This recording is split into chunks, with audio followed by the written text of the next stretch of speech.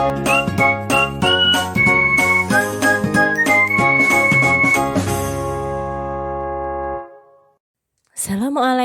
warahmatullahi wabarakatuh. Salam, Om Swastiastu, Namo Buddhaya, Salam Kebajikan, Rahayu. Salam Guru Penggerak. Halo Bapak Ibu Guru hebat di seluruh Indonesia. Perkenalkan, saya Adistiani dari SMA Negeri 1 Mlonggo, calon guru penggerak Angkatan 8 Kabupaten Jepara. Dengan fasilitator Bapak Angga Pradana dan pengajar praktik Ibu Fatihah Zamzam. Di sini saya akan menampilkan video aksi nyata modul 1.4 diseminasi budaya positif di sekolah.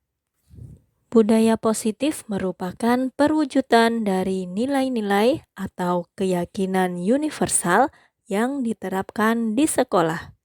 Budaya positif di sekolah tidak dapat diciptakan secara instan.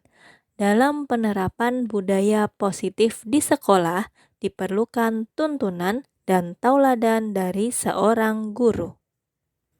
Budaya positif di sekolah merupakan hal yang sangat penting untuk menciptakan pendidikan yang berkualitas di sekolah. Berawal dari perwujudan budaya positif di sekolah, maka akan memberikan dampak yang banyak untuk kehidupan masyarakat. Tidak hanya sekedar di dalam lingkungan sekolah itu sendiri, namun juga berdampak pada kehidupan sosial bermasyarakat sekitar sekolah, suatu daerah, bahkan negara. Pola pikir yang positif menyebabkan seseorang berperilaku positif hingga bertutur kata yang positif. Budaya positif di sekolah guna menghasilkan sumber daya manusia yang baik serta kehidupan sosial yang baik. Budaya positif meliputi 6 hal, yaitu yang pertama, perubahan paradigma stimulus respon, 2. Konsep disiplin positif, 3. Keyakinan kelas, 4.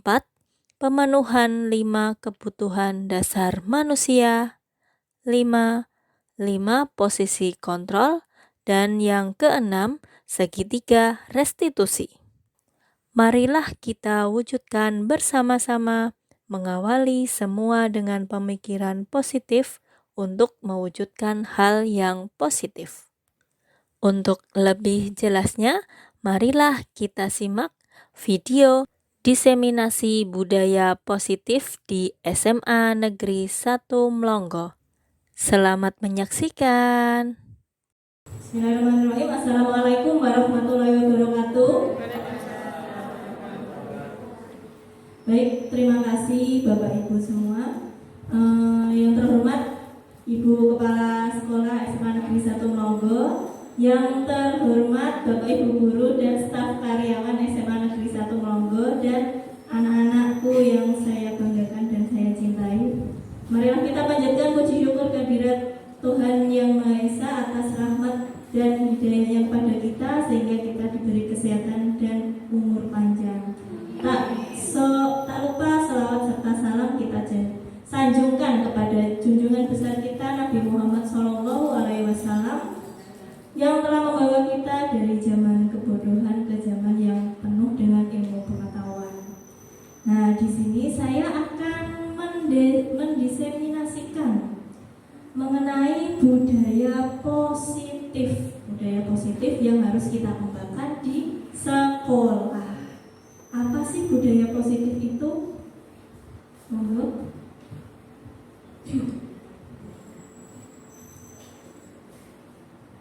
Nah, ini sebelum kita masuk ke budaya positif, kita main ice breaking dulu ya Bapak Ibu, biar nggak ngantuk, biar semangat. Ice breakingnya ini namanya door. Pernah main belum? Belum?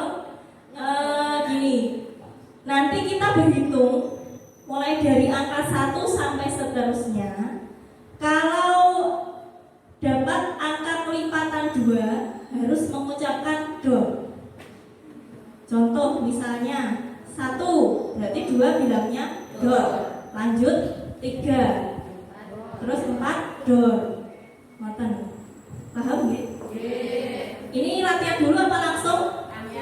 Langsung. Latihan dulu, nggih, latihan dulu. Ini mulai dari sini dulu, Bu Vina. Mulai 1 2 3. 1 2 3. Door.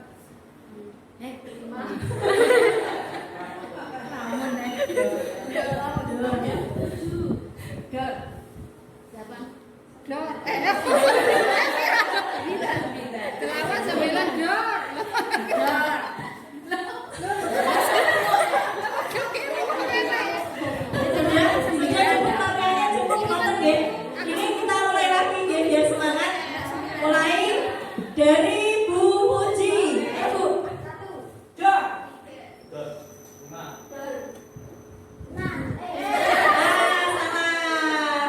Ayo, lanjut. Dor.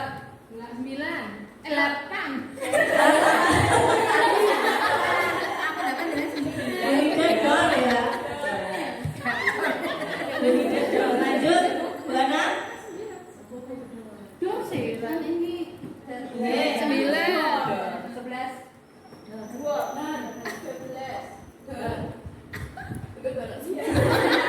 Bunita. 15. Iya, tepuk tangan untuk kita semua. Ya, ini lah dong mikir deh, biar boten ngantuk. Oke, lanjut. Lanjut Bu Vina.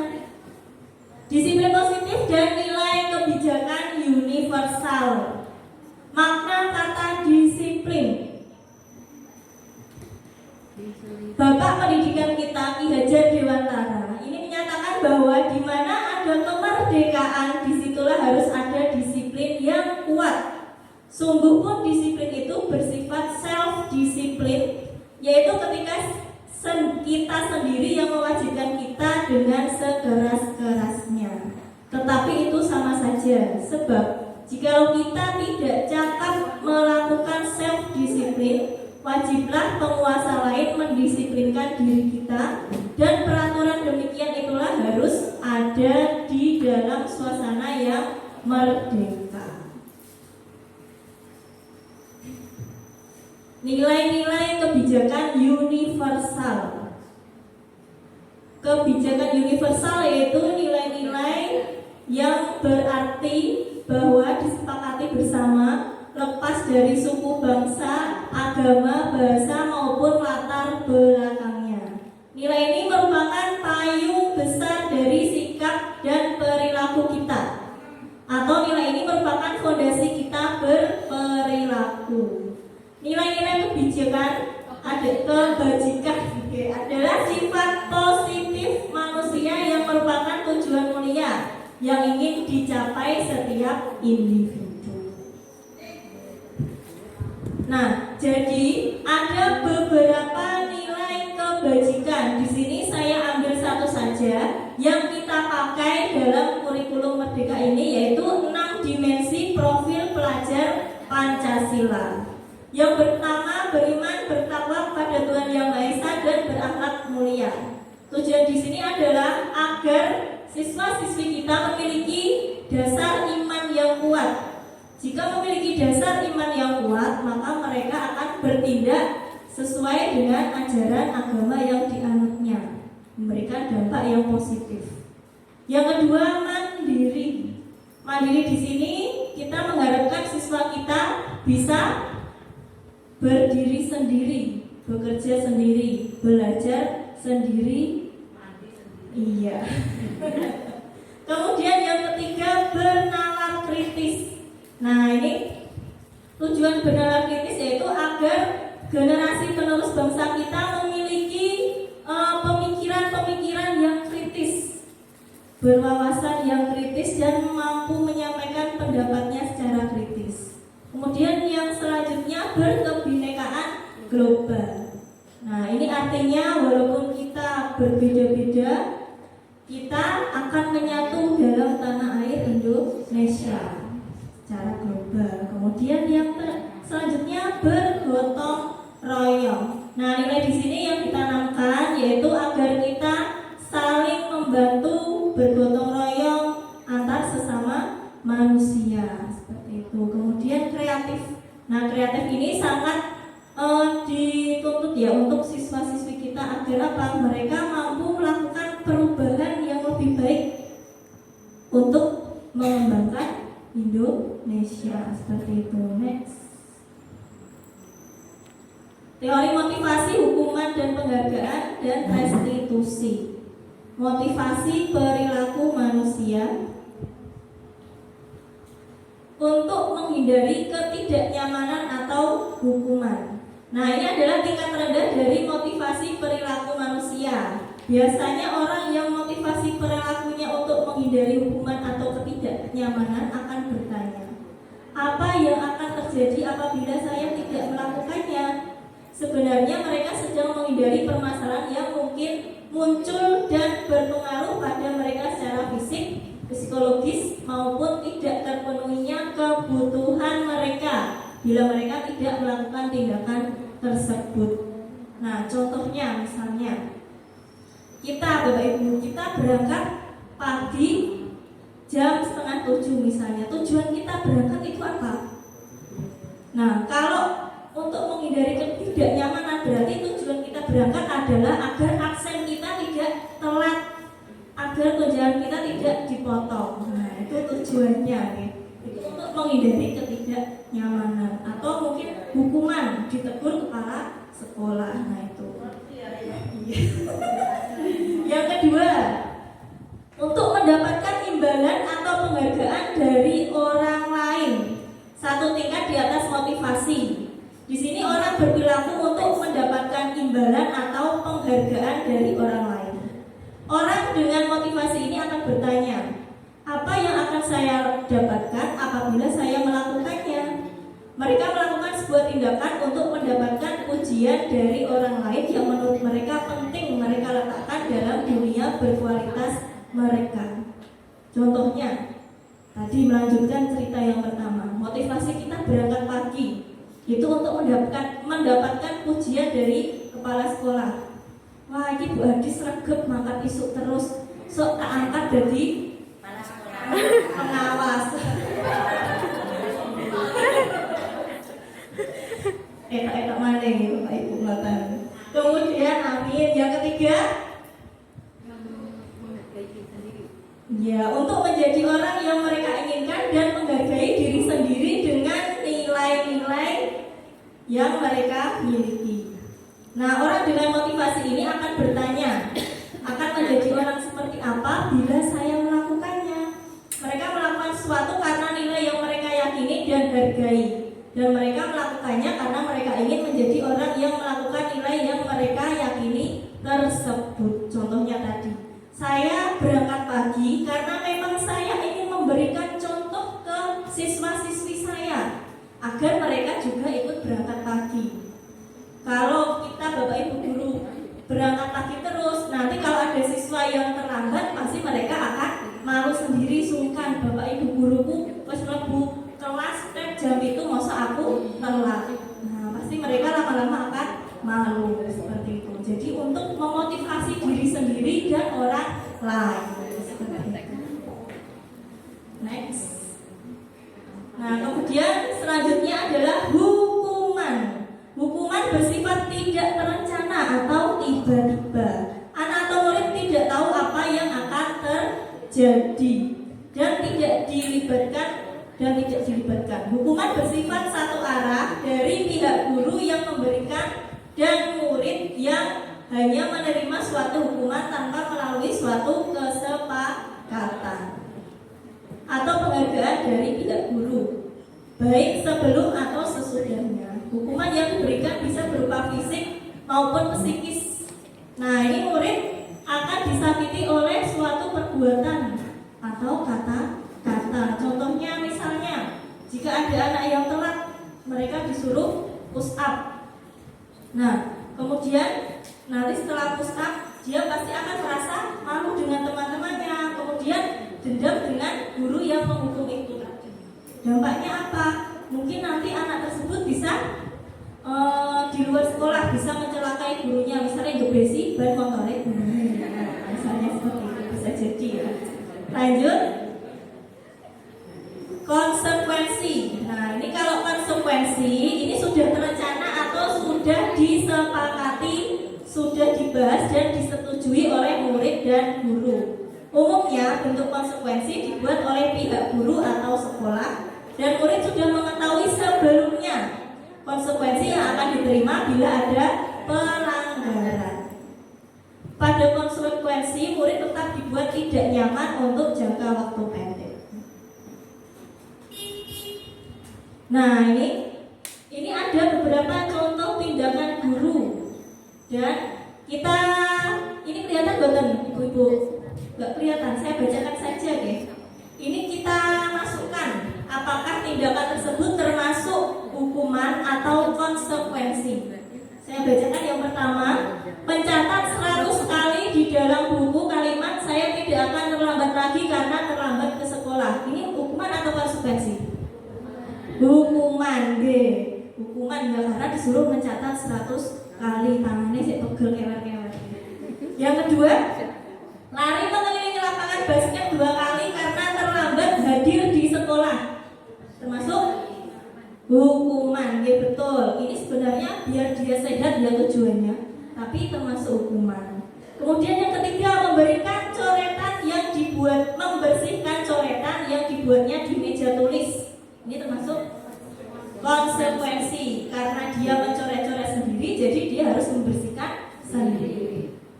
Yang keempat, murid diminta untuk push up 15 kali karena tidak menggunakan masker ke sekolah.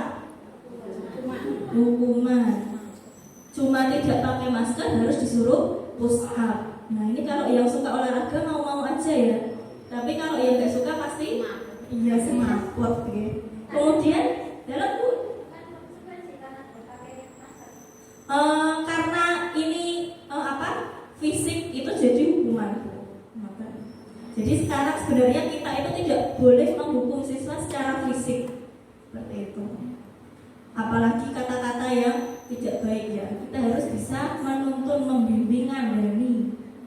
Kemudian lanjut, menggantikan kertas tugas teman yang telah dicoret-coret. Konsekuensi, ya betul. Lanjut, berjemur di lapangan basket pukul 12 siang karena mengobrol dengan teman. Ini apa, Bu? Hukuman nek jam 12 awal mulai panas-panas bisa semaput gitu, Bapak Ibu. Kemudian murid diminta bertelanjang kaki sepanjang hari karena tidak menggunakan sepatu warna hitam sesuai peraturan sekolah. Hukuman. Sebenarnya ini hukuman, tapi masih kita jalankan ya dulu sebelum corona ya. Tapi sekarang sudah tidak ada gitu, Bapak Ibu. Sebenarnya itu tidak boleh dilakukan karena menyebabkan malu, timbul rasa malu dari dalam diri siswa. Kalau mereka bertelanjang kaki, terus seperti koncone, kok diisin-isin. Nah, kalau menimbulkan rasa malu itu bisa menyebabkan dampak negatif bagi siswa tersebut. Bisa juga dia murung, terus melakukan hal-hal yang tidak diinginkan seperti itu. Kemudian murid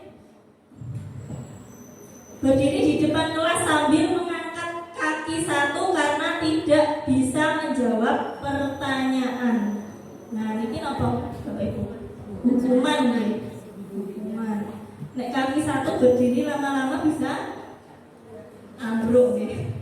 Kemudian lanjutnya kelihatan membersihkan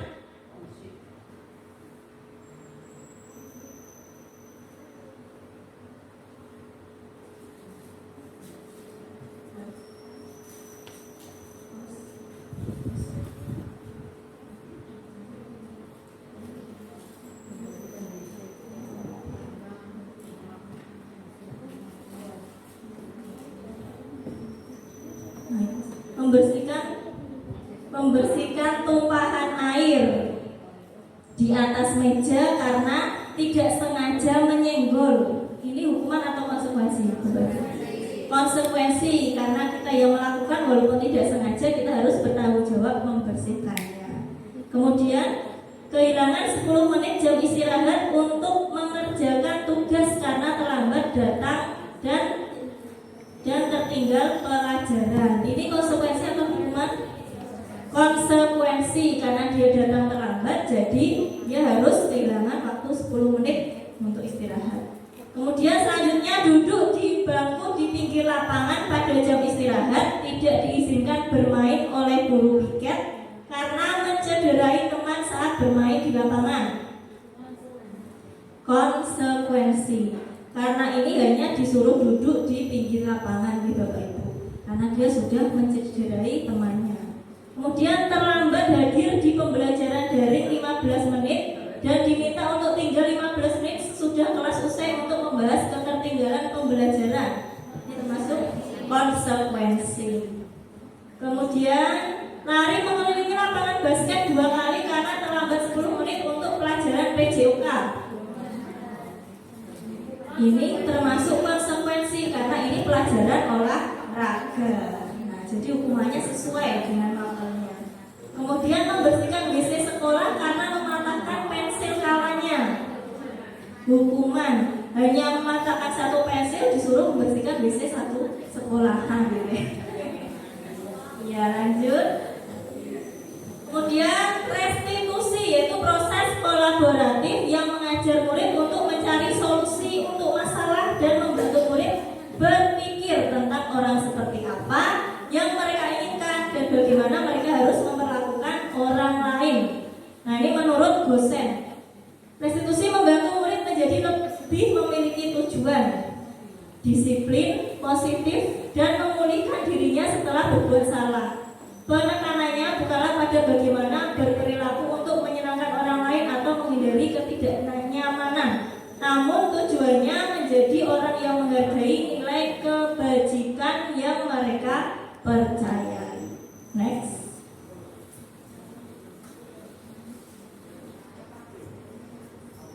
Nah, ini es breaking lagi, bener-bener ngantuk nih, ibu-ibu.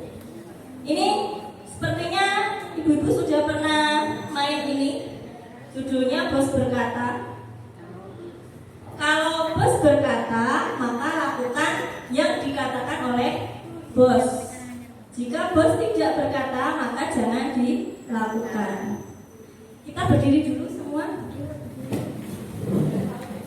Ben boten pegel. Duduk terus, berdiri, kemudian tangannya kalau diregangkan, nah, kemudian kakinya juga diputar-putar,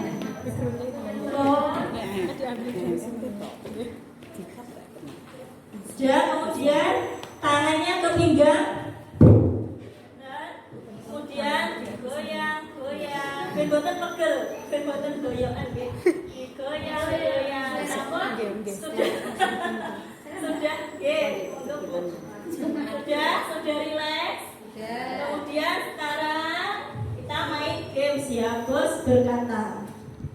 Jika saya katakan bos berkata, maka lakukan perintah bos. Tapi jika bos tidak berkata, jangan dilakukan. Mulai deh, nggak usah pemanasan, langsung. Bos berkata, pegang tangan kanan temannya.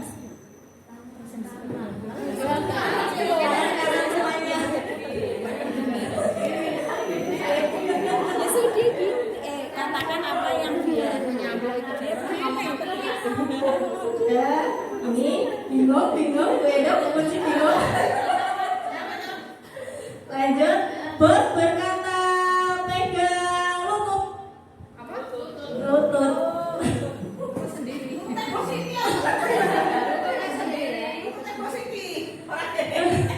Bos berkata, pegang kepala. Pegang kaki. Nah, bos tidak berkata. Ayo salah, ayo konsentrasi. Lanjut ya. Bos berkata, pegang pipi. Pipinya sendiri. Bos berkata, pegang pundak teman kirinya.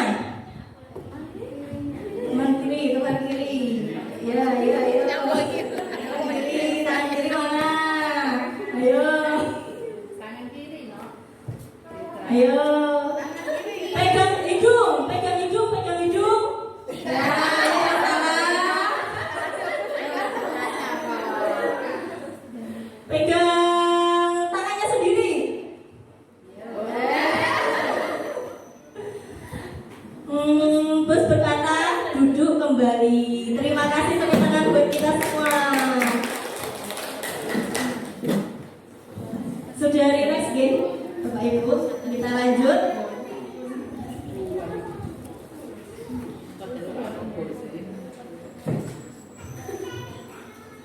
keyakinan kelas. Nah, ini nanti keyakinan kelas yaitu mengapa keyakinan kelas, mengapa tidak peraturan kelas.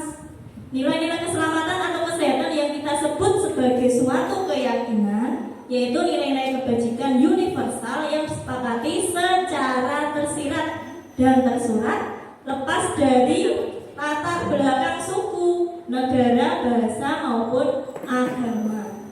Nah, nilai-nilai kebajikan menekankan pada keyakinan seseorang akan lebih memotivasi seseorang dari dalam. Seseorang akan lebih bergerak dan bersemangat untuk menjalankan keyakinannya daripada hanya sekedar mengikuti serangkaian peraturan tertulis tanpa makna. Murid-murid pun demikian, mereka perlu mendengarkan dan memahami arti sesungguhnya tentang peraturan-peraturan yang diberikan.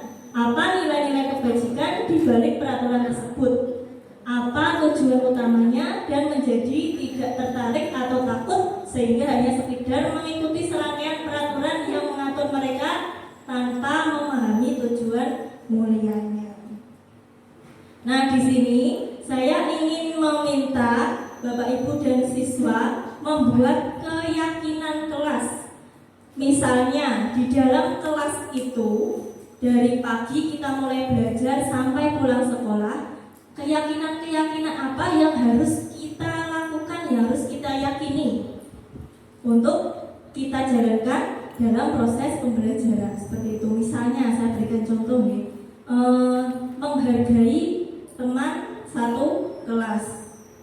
Nah, itu juga termasuk keyakinan. Atau misalnya tidak mencontek saat ulangan. Nah, jadi misalnya jika kita sudah membuat keyakinan kelas itu tadi dan sudah kita sepakati bersama, jika nanti ada siswa yang melanggar, mereka kita ingatkan kembali apa keyakinan kelas kita yang sudah kita buat. Sini saya ingin meminta Bapak Ibu dan siswa membuat keyakinan kelas minimal satu saja, maksimal boleh 3, apapun yang berkaitan dengan lingkungan di sekolah seperti itu. Ini saya bagikan sticky note-nya dulu.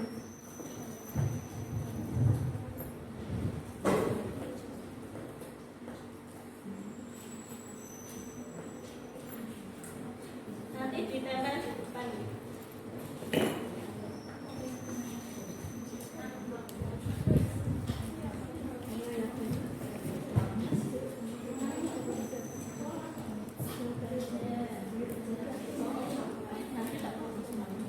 Ini dalam seri ditulis jadi satu.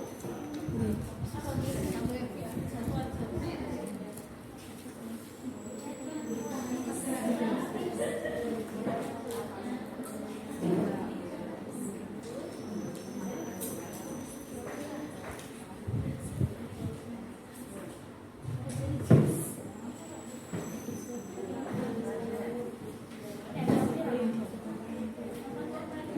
Ada yang nggak bawa pulpen?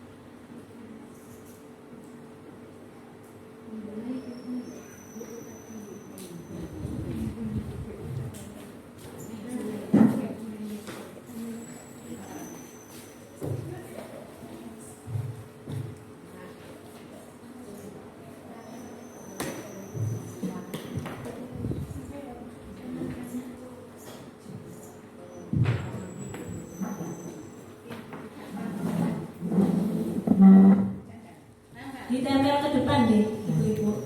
Itu sudah ada di kertas planonya.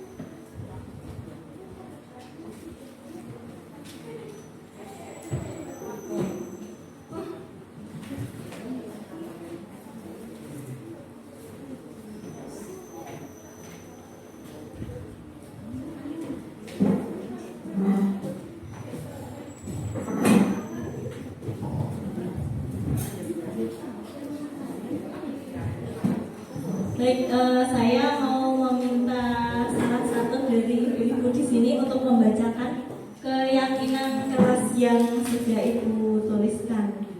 Bu Febi yang belum menyampaikan pendapat, ayo.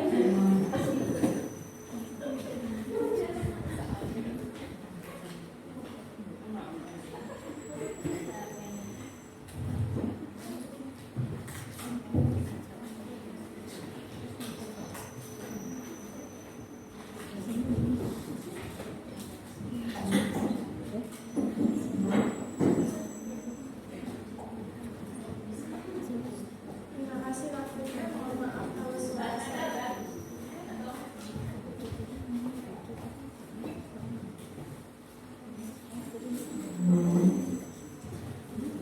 Saya di sini akan membacakan terkait dengan keyakinan kelas yang sudah kita tulis. Yang pertama yaitu pada saat pembelajaran berlangsung, semua siswa bisa mengikuti pelajaran dengan baik. Kelas tidak gaduh karena pertengkaran. Yang kedua, saya yakin bisa mengikuti pembelajaran dengan sungguh-sungguh. Kemudian, yang ketiga, keyakinan kelas yang ketiga yaitu tidak boleh tidur saat KBM, tidak boleh bermain HP saat jam pelajaran, tidak boleh bercanda saat pelajaran, dan tidak boleh membuli.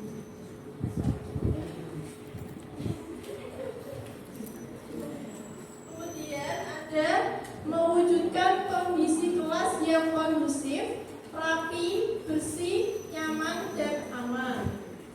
Kemudian ada masuk kelas tepat waktu, disiplin tugas, berseragam rapi sesuai tata tertib dan santun. Selanjutnya yaitu siswa mengikuti pembelajaran dengan baik. Ada lagi yaitu mengumpulkan tugas secara tepat waktu. Terus ada memperhatikan pelajaran yang diberikan guru dengan serius dan santai. Kemudian ada jika ada murid yang terlambat masuk kelas harus diberikan konsekuensi atau hukuman agar tidak diikuti murid yang lain.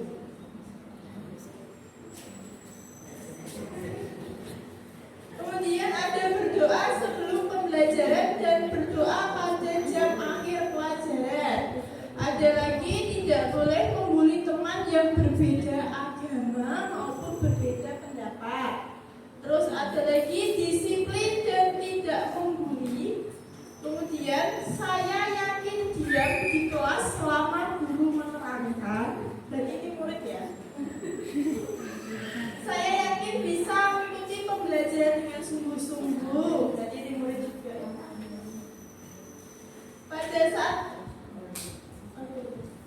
kemudian ada tidak berangkat terlambat, tidak membuli dan menghina fisik antar teman, tidak membuang sampah secara sembarangan. Kemudian membuat kesepakatan dengan siswa untuk membawa kamus.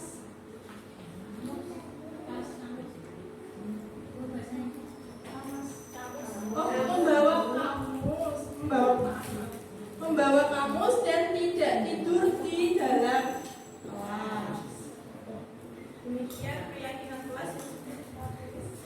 Ya baik, terima kasih Bu Febi. Jadi keyakinan kelas tadi yang sudah Bapak Ibu sepakati dan siswa-siswa tulis, ini bisa diterapkan di kelas nantinya. Okay. Jadi nanti mulai tahun ajaran baru kita bisa menerapkan keyakinan kelas sebelum pembelajaran dimulai. Nah itu harus ditaati setiap ada pembelajaran berlangsung baik di dalam kelas maupun di luar kelas. Nah agar apa? Jika ada siswa yang melakukan pelanggaran, kita ingatkan kembali keyakinan kelas apa yang sudah kita sepakati sebelumnya. Nah jika ada siswa yang melanggar keyakinan kelas tersebut, kita harus tahu apa konsekuensinya. Jadi tidak memberikan hukuman, tapi konsekuensi. konsekuensi. Karena kalau hukuman itu sifatnya menyakitkan, istilahnya seperti itu. Karena hukuman bisa fisik, bisa verbal. Nah, kalau hukuman fisik itu kan tidak diperbolehkan karena akan menyakiti siswa, apalagi verbal.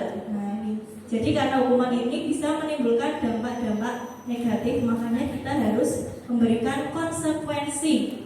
Apa yang kita lakukan harus ada konsekuensinya. Untuk apa? Agar kita menjadi lebih baik lagi, seperti itu. Next, Bu. Nah, ini 5 kebutuhan dasar manusia. Jadi kita itu memiliki kebutuhan dasar. Yang pertama, kebutuhan untuk bertahan hidup atau survival. Yang kedua, kasih sayang dan rasa diterima atau love and belonging. Ketiga, kebebasan atau freedom. Keempat, kesenangan atau fun. Dan kelima, penguasaan atau power. Next.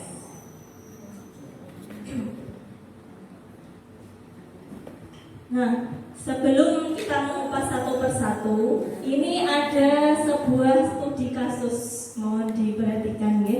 Saya bacakan. Ibu Ambar, guru wali kelas 2A di SD Pelita Hati, sedang bingung menghadapi ulah salah satu murid di kelasnya. Doni namanya. Beberapa anak di kelas 2A telah datang padanya dan mengeluh Doni yang sering kali meminta bekal makan siang mereka dengan paksa. Jika Anda menghadapi situasi seperti Ibu Ambar, apa yang akan Anda lakukan? Dan menurut Anda, kira-kira apa alasan Doni melakukan itu? Next. Nah, ini nanti kita bahas satu persatu di 5 kebutuhan dasar manusia. Yang pertama tadi kebutuhan untuk bertahan hidup, yaitu kebutuhan yang sifatnya fisiologis untuk bertahan hidup, misalnya kesehatan, rumah, dan makanan. Nah, dalam kasus Ibu Ambar dan Doni tadi, apabila jawaban Doni ketika ditanya oleh Ibu Ambar adalah karena ia lapar dan orang tuanya tidak membawakannya bekal makan siang, maka kebutuhan dasar yang sedang berusaha dipenuhi Doni adalah untuk bertahan hidup. Seperti itu. Lanjut. Yang kedua, kasih sayang dan rasa diterima, meliputi kebutuhan akan hubungan dan koneksi sosial, kebutuhan untuk memberi dan menerima kasih sayang, dan kebutuhan untuk merasa menjadi bagian dari suatu kelompok. Nah, dari kasus Doni tadi, apabila Doni menjawab alasannya mengambil bekal temannya karena dia merasa senang, temannya menjadi memperhatikan dia. Ketika temannya melaporkan tindakannya itu pada gurunya, dan gurunya memberitahu orang tuanya, sehingga orang tuanya jadi memperhatikan dia, maka kebutuhan dasar yang sedang dipenuhi oleh Doni adalah kasih sayang dan rasa diterima, karena Doni diperhatikan orang tuanya. Next. Kebutuhan dasar yang ketiga yaitu penguasaan, yaitu kekuatan untuk mencapai sesuatu, menjadi kompeten, menjadi terampil, diakui atas prestasi dan keterampilan kita, didengarkan dan memiliki rasa harga diri. Dari kasus tadi, jika jawaban Doni adalah dia merasa hebat karena temannya menjadi takut dengan dia, temannya menuruti keinginannya, maka sebetulnya Doni sedang berusaha memenuhi kebutuhan penguasaan. Next. Kemudian kebebasan. Nah, ini kebutuhan akan kemandirian, otonomi, memiliki pilihan, dan mampu mengendalikan arah hidup seseorang. Bila jawaban Doni dalam kasus tersebut bahwa dia merasa bosan dengan makanan, bekal makanan yang dibawakan ibunya dari rumah, karena ibunya selalu membawakan bekal yang sama setiap hari. Nah, ini Doni ingin mencoba makanan teman-temannya yang beraneka ragam, maka Doni mencukupi kebutuhan dasar yaitu kebebasan, seperti itu. Next. Kebutuhan kesenangan yaitu untuk mencari kesenangan, bermain dan tertawa.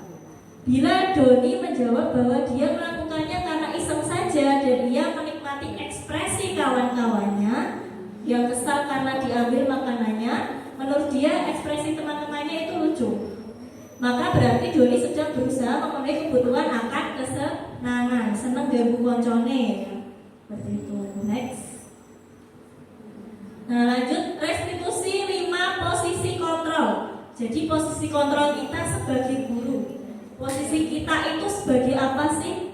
Apakah penghukum, pembuat merasa bersalah, teman, pemantau, atau manajer? Next. Nah, ini yang pertama, posisi sebagai penghukum. Nada suara tinggi, bahasa tubuh, mata melotot, dan jari menunjuk-nunjuk, menghardik. Nah, contohnya seperti itu. Terlambat lagi, selalu datang terlambat. Kapan kamu bisa datang tepat waktu? Nah, itu posisinya marah ya. Ini sebagai penghukum. Bagaimana perasaan murid jika diperlakukan seperti itu? Kemungkinan murid marah dan mendendam. Bisa jadi sesudah kembali duduk dia mencoret-coret buku sambil ngedumel ya. Ya gremeng bahasa Jawa nih. Lebih buruk lagi sepulang sekolah murid itu bisa menggembesi ban motor atau ban mobil gurunya karena dendam. Tadi dimarahi seperti itu. Nah, ini kalian jangan seperti itu ya. Nah, ini anak-anak yang baik tidak mungkin terlambat. Oke, next. Yang kedua, posisi pembuat merasa bersalah. Nada suaranya mengemas, halu, sedih, bahasa tubuhnya merapat pada anak. Adik, kamu ini bagaimana sih? Kamu kan sudah berjanji sama ibu tidak akan terlambat lagi. Kenapa ya kamu senang sekali mengecewakan ibu? Wajahnya sambil memelas. Ibu benar-benar kecewa sekali sama kamu. Nah, perasaan murid kalau ditegur seperti ini bagaimana? Murid akan merasa bersalah karena telah mengecewakan gurunya. Kalau anak sekarang biasa saja gitu. Murid akan merasa menjadi orang yang paling gagal karena tidak sanggup membahagiakan orang lain. Nah, kadang-kala sikap ini lebih parah dari sikap penghukum karena emosi yang akan tertanam di dalam hatinya. Murid menahan perasaan. Nah, kalau murid yang dihukum tadi kan dia hanya mencurahkan isi hatinya secara emosi. Tapi kalau murid yang dihukum dengan cara membuat merasa bersalah, tiba-tiba amarahnya meletus, dia bisa menyakiti dirinya sendiri dan orang lain karena dia merasa bersalah. Aku menyesal sudah mengecewakan guru tersayangku. Seperti itu. Aku akan menghukum diriku sendiri dengan cara makan di kamar mandi. Seperti itu misalnya ya. Lanjut. Kemudian yang ketiga, posisi kita sebagai teman. Nah, ini nada suaranya ramah, akrab, dan bercanda. Bahasa tubuhnya merapat pada murid, matanya tersenyum jenaka. Mana ini sama lawan jenisnya ini ya. Adi, ayolah. Gimana sih kamu? Kemarin kamu sudah berjanji ke ibu bukan? Kenapa terlambat lagi? Sambil senyum-senyum ya gurunya. Ya sudah, tidak apa-apa. Duduk dulu sana. Nanti ibu guru bantu kamu ini. Nah, seperti itu. Perasaan muridnya senang karena merasa akrab dengan gurunya. Ini termasuk dampak yang positif, tetapi ada sisi negatifnya juga. Siswa menjadi merasa tergantung pada guru tersebut. Jadi nanti jika ada masalah, dia bisa mengandalkan guru tersebut.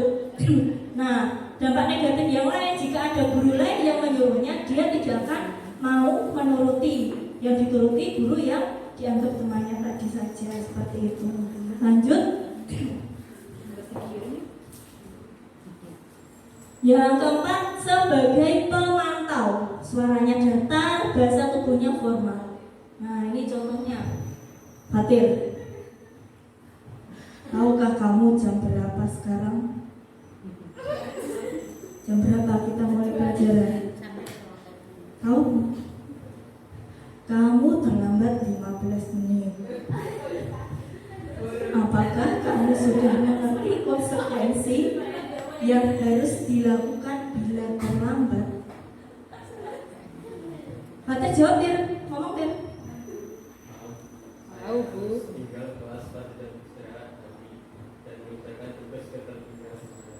Ya benar, nanti pada saat jam istirahat kamu harus tinggal di kelas untuk menyelesaikan tugas yang tertinggal tadi.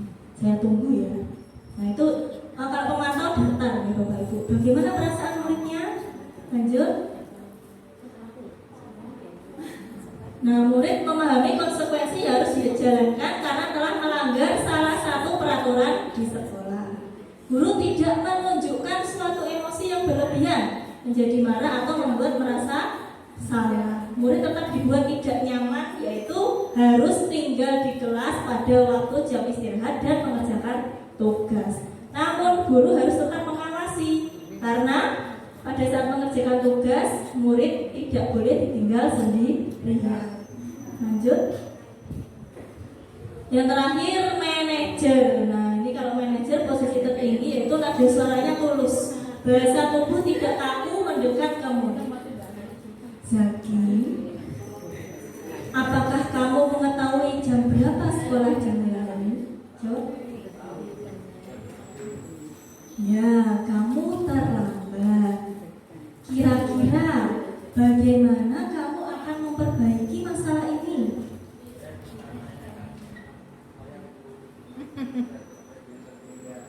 Baik, itu bisa dilakukan. Apakah besok akan ada masalah untuk kamu agar bisa hadir tepat waktu ke sekolah?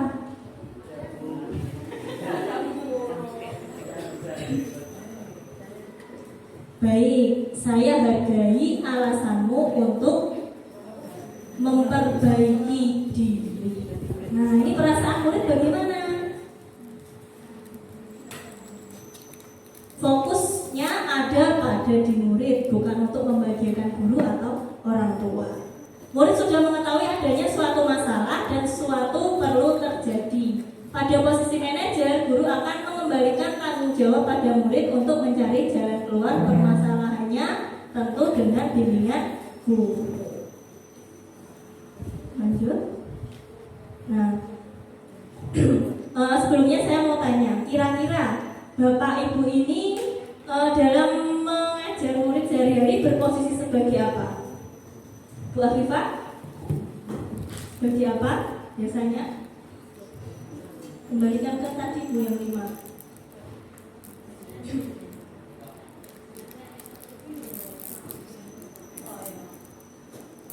Ada penghukum ya ini?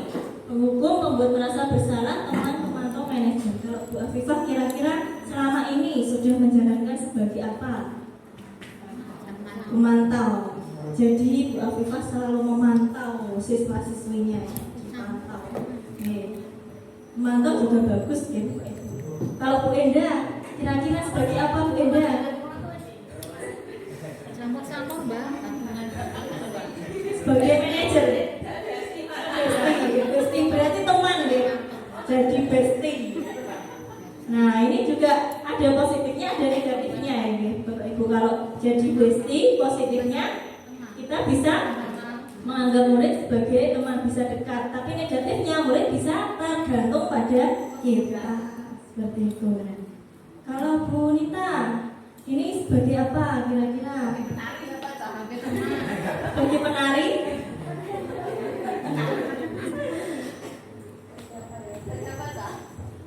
Sebagai penghukum? Bu Nita penghukum enggak? Enggak. Sebagai apa? Membuat merasa bersalah? Iya. Iya, Bu Nita kan yang ngomong halus ya.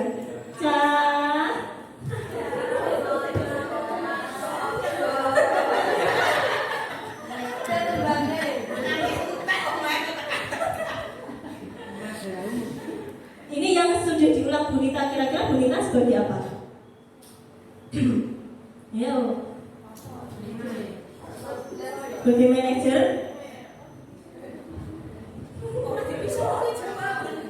Bestie berarti teman. Nah, berarti bisa akrab ya dengan kalian. Oke. Next Bu. Nah itu tadi posisi kontrol kita. Jadi kita biasanya itu yang lebih baik ya. Kalau di 5 posisi ini lebih baik itu adalah posisi sebagai manajer. Tapi mungkin ada beberapa hal yang misalnya seperti saya sendiri contohnya, saya juga masih kadang menghukum siswa seperti itu. Misalnya kalau dia tidak ikut pelajaran saya kemarin, tak suruh nulis 100 kali, padahal tidak boleh sebenarnya. Itu sebelum saya mempelajari budaya positif ini, sebelum saya ikut CGP. Nah, jadi setelah saya ikut CGP, saya baru paham bahwa menghukum siswa itu tidak boleh. Harusnya apa tadi? Sebagai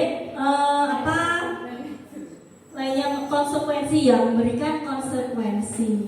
Seperti itu, tidak boleh menghukum. Jadi posisi yang bagus memang sebagai manajer. Semoga kita semua nanti kedepannya Bapak Ibu guru bisa menjadi manajer bagi siswa-siswi kita.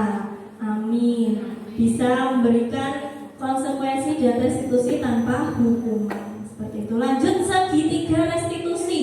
Segitiga restitusi ini adalah cara untuk mengembalikan sikap negatif siswa ke arah yang lebih positif. Jadi misalnya ada siswa yang melakukan kesalahan, kita tidak boleh menghukum, tapi membuat cara segitiga restitusi ini, yaitu menstabilkan identitas, menanyakan keyakinan, dan validasi tindakan yang salah. Next. Nah, yang pertama, menstabilkan identitas. Bagian dasar dari segitiga bertujuan untuk mengubah identitas anak dari orang yang gagal karena melakukan kesalahan menjadi orang yang sukses. Kalau kita ingin ia menjadi reflektif, maka kita harus meyakinkan si anak. Nah, cara meyakinkannya ada beberapa kata. Yang pertama, misalnya anak atau siswa melakukan kesalahan, kita beri kata-kata motivasi atau penguatan. Berbuat salah itu tidak apa-apa. Tidak ada manusia yang sempurna. Saya juga pernah melakukan kesalahan seperti itu. Kita bisa menyelesaikan ini. Bapak Ibu tidak tertarik mencari siapa yang salah, tapi Bapak Ibu ingin mencari solusi dari permasalahan ini.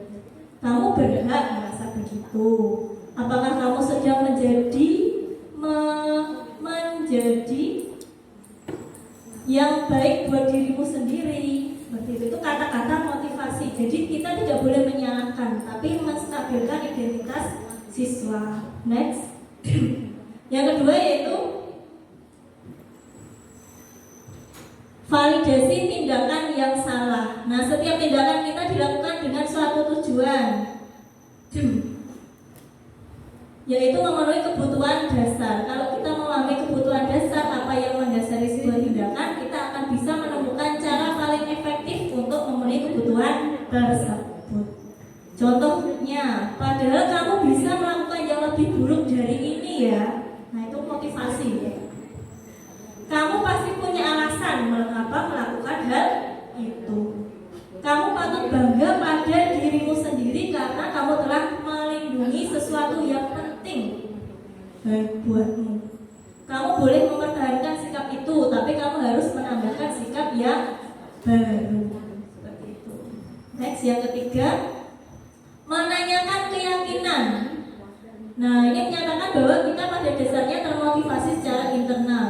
Ketika identitas sukses tercapai, itu langkah pertama, dan tingkah laku yang salah telah divalidasi, langkah kedua, maka anak akan siap untuk dihubungkan dengan nilai yang dia percaya dan berpindah menjadi orang yang dia inginkan. Contoh pertanyaannya, apa yang kita percaya sebagai kelas atau keluarga? Apa nilai umum yang kita telah sepakati? Apa bayangan kita tentang kelas yang ideal? Atau kamu mau jadi orang yang seperti apa? Seperti itu. Jadi kata-katanya harus memotivasi, bukan menjatuhkan atau menghardik. Seperti itu. Lanjut. Nah, terima kasih. Demikian diseminasi budaya positif dari saya.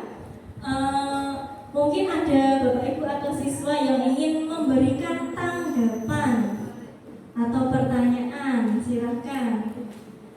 Bu Neti mungkin mau memberikan tanggapan, Bu Neti? Monggo Bu. Sampun. Mbak Nisa.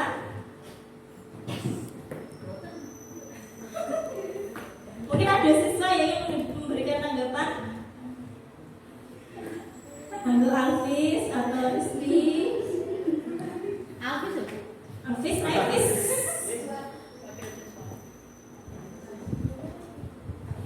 Bu Anissa mau ngomong. Monggo. Terima kasih waktunya. Jadi ini sangat menarik ya. Sebenarnya kan kita seringnya itu kan sebagai penghukum tadi dari 5 tadi. Awalnya juga saya lebih sering sebagai penghukum, tapi akhir-akhir ini saya lebih sering sebagai pemantau. Karena ketika saya menjadi teman, itu benar-benar seperti bumerang bagi saya. Di satu sisi mereka baik, tapi di sisi lain seolah-olah mereka memanfaatkan kebaikan itu. Seperti yang tadi sudah diucapkan oleh Bu Adis. Jadi ada kalanya, oh nggak apa-apa nih saya bisa meminta bantuan guru ini, kan saya dekat sama guru ini. Seperti itu. Kalau dari sisi saya, jadi sebenarnya sebagai teman itu baik, tapi semuanya ada plus minusnya kan. Seperti itu. Untuk menjadi manajer itu masih dalam tahap belajar ya, supaya bisa melaksanakan dengan baik. Terima kasih. Terima kasih Bu Anissa. Jadi pendapat Bu Anissa berposisi sebagai pemantau karena kalau sebagai teman mungkin ada sisi negatifnya yang seperti itu, dimanfaatkan siswa seperti itu. Nah kalau sedangkan sebagai manajer ini masih dalam tahap proses. Oke, baik. Demikian presentasi dari saya. Apabila